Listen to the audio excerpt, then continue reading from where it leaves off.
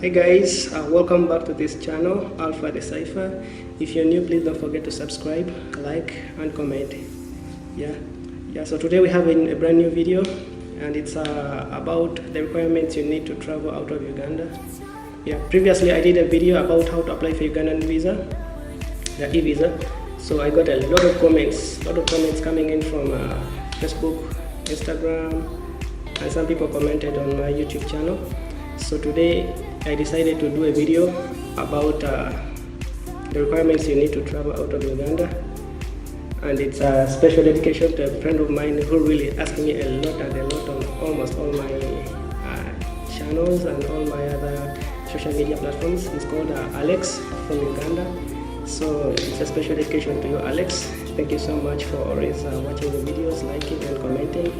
So for anyone who would like to know everything, sit back, relax.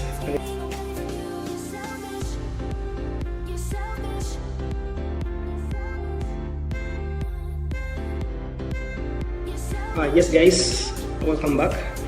So basically today we'll talk about the requirements we need to travel out of Uganda if you're Ugandan national. So basically talk about traveling to the Gulf countries, because that's where I've traveled a lot. And right now I'm still in the Gulf countries, in the Arabian Peninsula.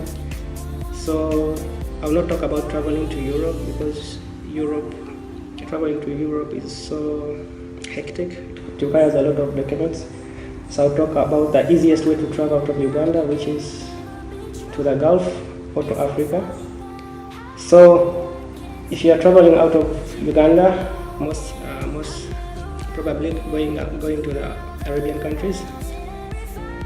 So you travel out of Uganda in two ways. First of all, you can travel as a tourist, or you can travel as someone with an employment visa. And maybe some people travel as people going on sponsorships, like school sponsorships, university sponsorships. So I will basically talk about traveling on a visit visa and traveling on an employment visa. So I will start with a visit visa.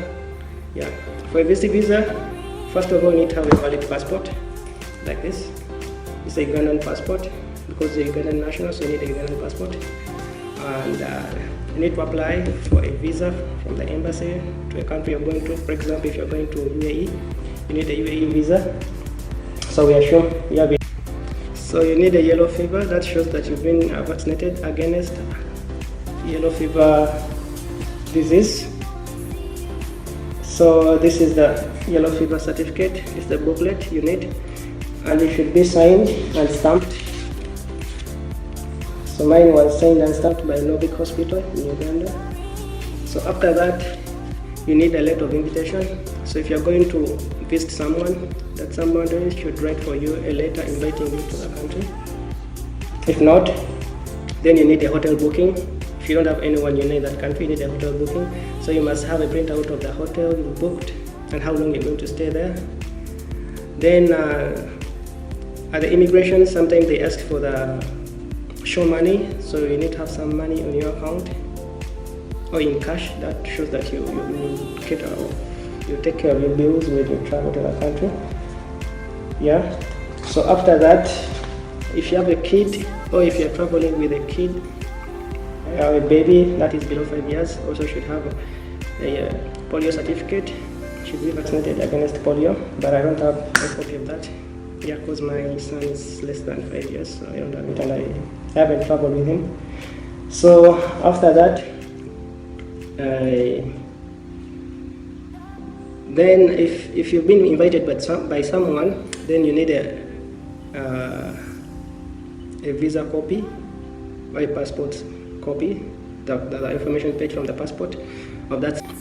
So from the check-in counters, you proceed to the immigration counter. So that's where there is a lot of hectic and a lot of troublesome situations. If you're not ready, you may not proceed there. For the people that have traveled to the US, you may have everything and you board your plane, but you can't access the US mainland if the Department of Homeland Security doesn't approve you. So it's the same case with the Ugandan immigration. They are the last people to approve your travel or your boarding. So you present your passport, then but at the counters they ask you a few questions. They have a small interview, like where are you going, why are you going there.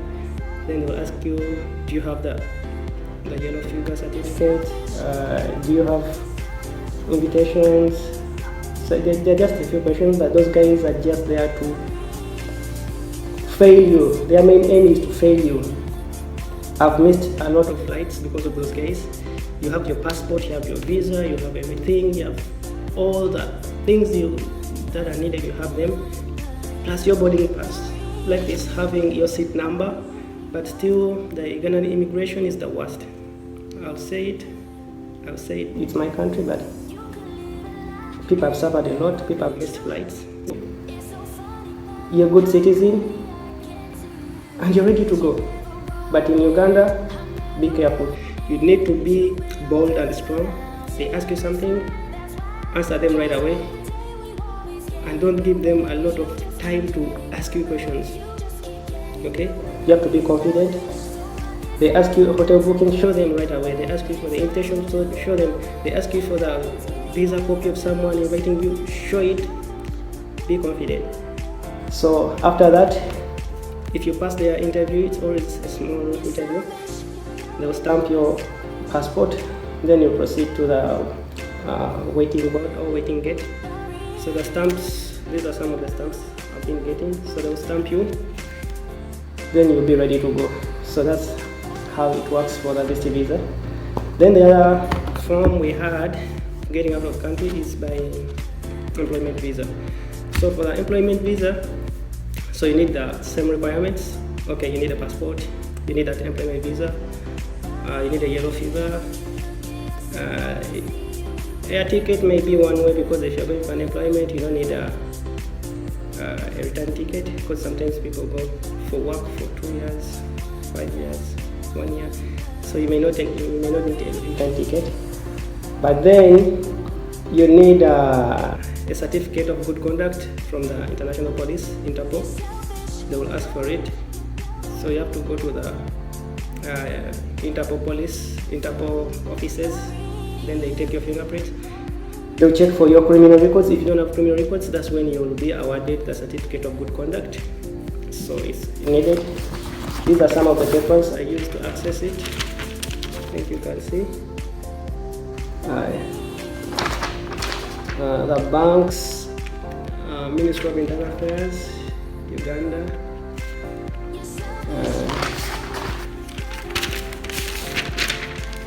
Actually, I don't remember how much I paid. If I check here, this was, I don't know, 3,000 Ugandan shillings. This was 50,000 Ugandan shillings. So you pay some money. After you pass it, then you get this certificate. This was my certificate. It's Uganda Police, and it has certificate of good conduct. So if you pass, you have this. If you have any employment visa, they'll ask for it. Then secondly, they'll ask for the letter from the Ministry of Internal Affairs that allows you to travel or work abroad. So that letter should be signed by Permanent Secretary of Ministry of Internal Affairs. And here it is. I got mine the first time I was traveling, because I once traveled on an employment visa. So it looks like this. I won't give you the details of it, but this is how it looks like. For somebody who's traveling on an employment visa, like I said, your ticket shouldn't be one way. Doesn't worry you. You need a ticket of, it should be one way, not two way. So you don't need a two-way ticket.